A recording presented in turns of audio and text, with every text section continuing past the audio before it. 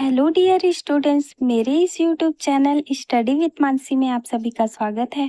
मैं हूं मानसी बर्मन और आज है 5 अक्टूबर। आज हम देखने वाले हैं छत्तीसगढ़ के महत्वपूर्ण करेंट अफेयर्स। इसके अलावा राष्ट्रीय एवं अंतर्राष्ट्रीय करेंट अफेयर्स के भी प्रश्न हम इस वीडियो लेक्चर में देखेंगे, इसलिए इस वीडियो लेक्चर को अंत तक जरूर देखिएगा।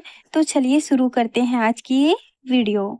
आपको बताना है कि जल जगार महोत्सव के संबंध में कौन सा कथन सही नहीं है।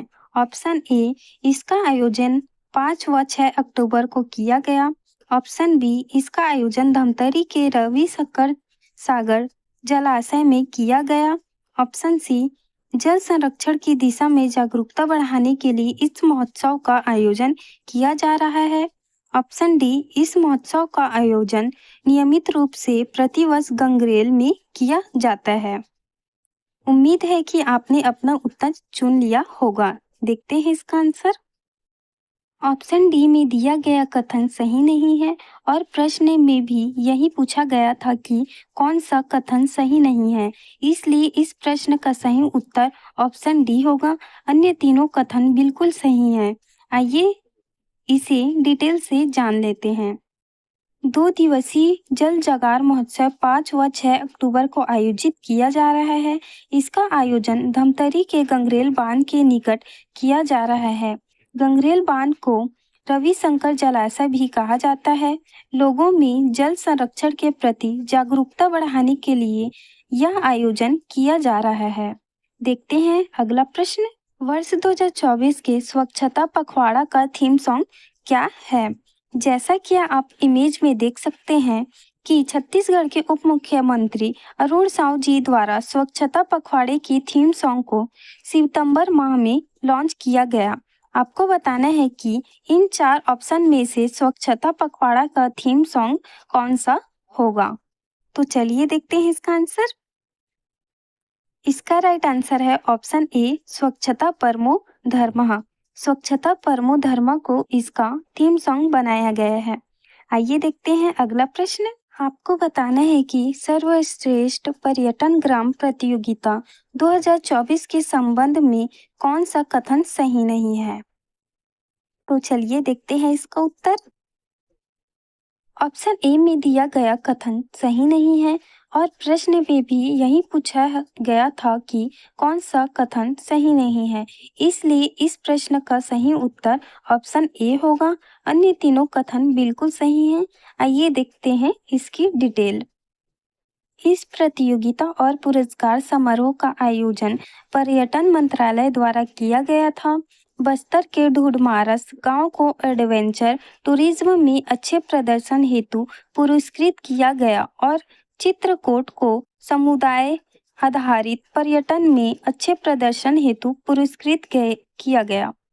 आगे बढ़ते हैं अगले प्रश्न में। हाल ही में आयोजित कार्यक्रम में छत्तीसगढ़ के गणेश राम सिदार और संतोष देवांगन को बेस्ट अचीवर का पुरस्कार मिला। इस संबंध में निम्न में से कौन सा कथन सही नहीं है। वीडियो पॉज करके विकल्पों को पढ़िए और सही उत्तर चुनने की कोशिश कीजिए। आशा है कि आपने सही उत्तर चुनने की कोशिश की होगी। तो चलिए देखते हैं इसका सही आंसर। ऑप्शन ए में दिया गया कथन सही नहीं है और प्रश्न में भी यही पूछा गया था कि कौन सा कथन सही नहीं है, इसलिए इस प्रश्न का सही उत्तर ऑप्शन ए होगा। अन्य तीनों कथन बिल्कुल सही हैं। आइए इसे डिटेल से जान लेते हैं। गणेश राम सिदार और संतोष देवांगन को बेस्ट अचीवर का पुरस्कार। पहला बिंदु देखते हैं। इस कार्यक्रम का आयोजन केंद्रीय रेशम बोर्ड की स्थापना के 75वें वर्षगांठ पर किया गया था। यह कार्यक्रम दिल्ली में आयोजित किया गया था। यह पुरस्कार सेरीकल्चर के क्षेत्र में दिया गया। ये दोनों पुरस्कार प्राप्तकर्ता सारंगढ़ जिले के निवासी हैं। आइए आगे बढ़ते हैं। तो ये थे आज के छत्तीसगढ़ के 5 महत्वपूर्ण करेंट अफेयर्स के प्रश्न। आगे देखते हैं राष्ट्रीय एवं अंतर्राष्ट्रीय करेंट अफेयर्स के प्रश्न। प्रधानमंत्री नरेंद्र मोदी द्वारा किस राज्य में गेल का पहला संपीड़ित बायोगैस यंत्र प्लांट का उद्घाटन किया? इस संयंत्र द्वारा कूड़े और कचरे से बायोगैस बनाया जाता है।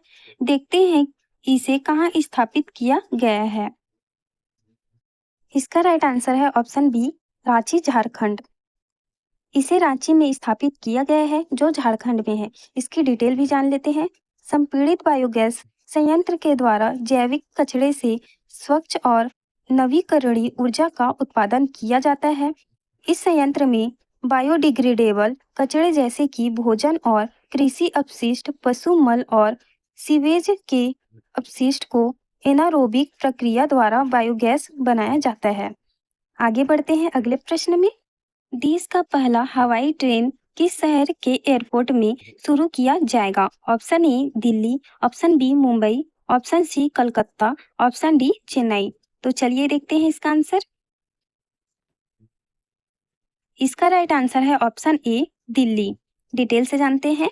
दिल्ली का इंदिरा गांधी अंतर्राष्ट्रीय हवाई अड्डा 2027 में भारत की पहली हवाई ट्रेन प्रणाली शुरू करने की योजना है।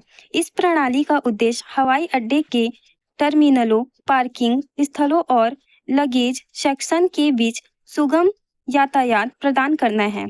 आइए आगे बढ़ते हैं अब अगले प्रश्न में।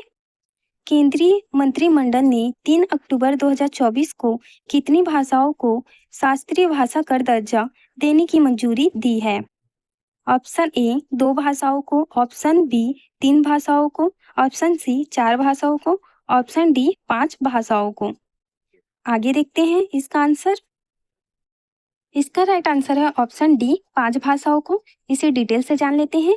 केंद्रीय मंत्रिमंडल ने 5 भारतीय भाषाओं मराठी, पाली, प्राकृत, असमिया और बंगाली को शास्त्रीय भाषा का दर्जा देने की मंजूरी दे दी है, जिससे भारत में शास्त्रीय भाषाओं की संख्या बढ़कर 11 हो गई है।